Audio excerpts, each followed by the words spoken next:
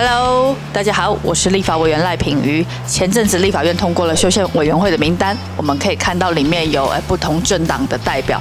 那我想各个政党党团可能对修宪也都有很多的想法。那我当然是乐见其成。除了比较高共识的可能18岁公民权还有废考监以外呢，我也想提醒，就是说修宪其实不是只有中央的事情。